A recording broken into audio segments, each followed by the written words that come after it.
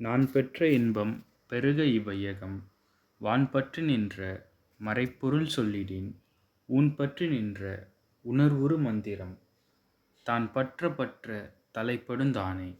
இறைவனை உணர்ந்து இறைவனை அடைந்து யான் பெற்ற பேரின்பம் இந்த உலகத்திலுள்ள அனைவரும் பெற்று இன்புற்றிருக்க வேண்டுமென்று அண்டங்கள் அனைத்திலும் உறைந்து நிற்கும் வேதத்தின் உண்மைப் பொருளைப் பற்றி சொல்ல வேண்டுமென்று உயிர்களின் உடலோடு கலந்து உயிராக நிற்கும் இறைவனே வேதத்தின் முழுப்பொருள் ஆவார். அந்த இறைவனை உள்ளுணர்வு கொண்டு அனைவரும் அறிந்து கொள்ளவே திருமந்திரத்தை வழங்கினோம். இந்த திருமந்திரத்தை மனம் விரும்பி நினைத்து நினைத்து துதித்து கொண்டு இருப்பவர்களுக்கு இறைவனின் திருவருள் தானாகவே வந்தடைந்து யான் பெற்ற பேரின்பம் கிடைக்கும்.